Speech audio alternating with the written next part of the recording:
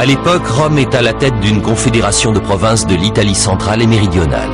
Elle se développe rapidement, mais elle est encore loin de l'empire qu'elle deviendra plus tard. Le nord de l'Italie vient juste d'être conquis. Les Gaulois qui y vivent sont d'humeur rebelle.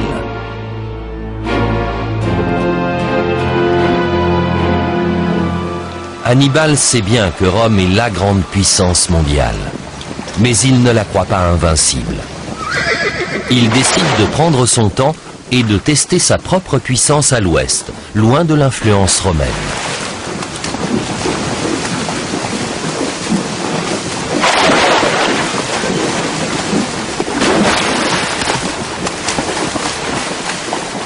Hannibal mène son armée jusqu'au Tage, où il se heurte aux forces ibériques bien plus nombreuses. Selon la légende, il aurait traversé le fleuve de nuit et surpris l'ennemi. Avant même la mi-journée, la victoire lui est acquise et les pertes sont limitées. Ces éléphants ont fait le plus gros du travail, en chargeant et piétinant l'infanterie ibérique. Les mastodontes sont l'arme secrète des Carthaginois. Ces animaux, de nature paisible, sont spécialement dressés pour la guerre. Le jour de la bataille, on les nourrit de figues. Cela provoque une allergie cutanée semblable à l'eczéma qui les rend nerveux et agressifs. On leur donne aussi de l'alcool pour les encourager à charger l'ennemi. C'est en sachant exploiter le terrain qu'Hannibal a pu remporter sa première victoire. Il s'est abrité derrière une rivière pour dérouter l'immense armée ibérique. Il a aussi combiné plusieurs corps d'armée, les éléphants et la cavalerie. Ce génie militaire nous donne un avant-goût de ce qu'il accomplira plus tard contre les Romains. Les Romains prennent vite connaissance de la victoire carthaginoise. Hannibal, pour sa part, se tourne ensuite vers la cité ibère de Sagonte, qui s'est alliée à Rome. Il assiège la ville. Les Romains, occupés à combattre les Gaulois rebelles en Italie du Nord, ne peuvent pas envoyer leur armée.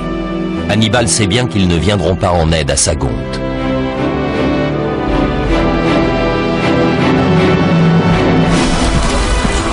La ville tombe au bout de 8 mois de siège. C'est un véritable affront à la puissance romaine.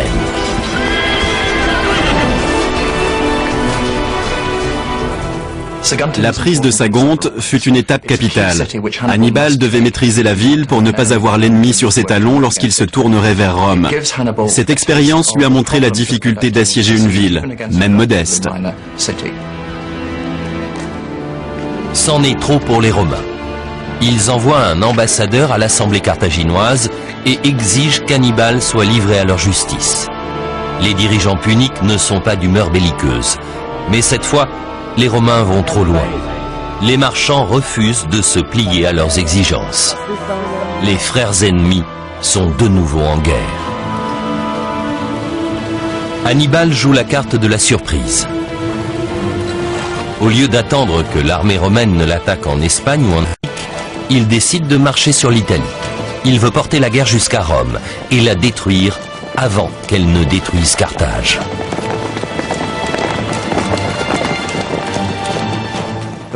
Les Romains étaient trop sûrs d'eux. Ils pensaient qu'il leur suffirait d'envahir l'Espagne et l'Afrique pour gagner la guerre. Depuis la première guerre punique, ils contrôlaient la mer. Or, la voie maritime semblait la plus légitime pour parcourir une si longue distance. Jamais ils n'auraient imaginé qu'Hannibal mènerait toute une armée à travers des territoires hostiles et 2 chaînes de montagnes pour venir les attaquer chez eux. Mais le propre Hannibal est justement d'imaginer l'inimaginable. Il comprend que l'Italie est le point faible de la puissance romaine. L'union des villes italiennes est encore précaire. Pour couronner le tout, les habitants du Nord, les Gaulois, viennent juste d'être vaincus et ramenés sous le contrôle romain. Ils rêvent toujours de revanche.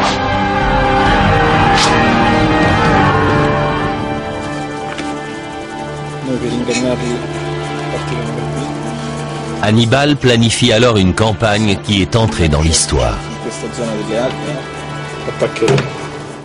Pour préparer son expédition, Hannibal agit en tout point comme un général moderne. Il se renseigne, il noue des alliances en chemin, sans oublier de protéger ses territoires en Espagne et en Afrique, en laissant des hommes sur place pour les défendre.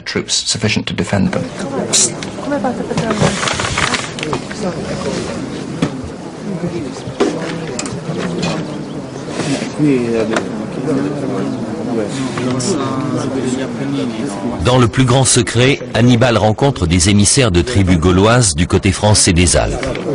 S'il les convainc de se joindre à lui, il pourra franchir la montagne sans combattre.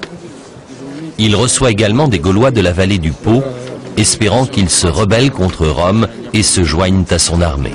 Son objectif est de rallier à sa cause toute la coalition italienne. En cette année 218, les Romains avaient établi 2 nouvelles colonies sur le Pô.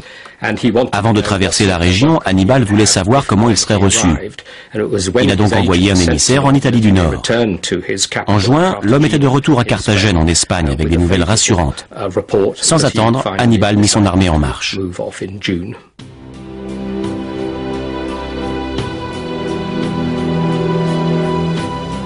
Hannibal quitte l'Espagne avec 90 000 hommes et plus d'une trentaine d'éléphants.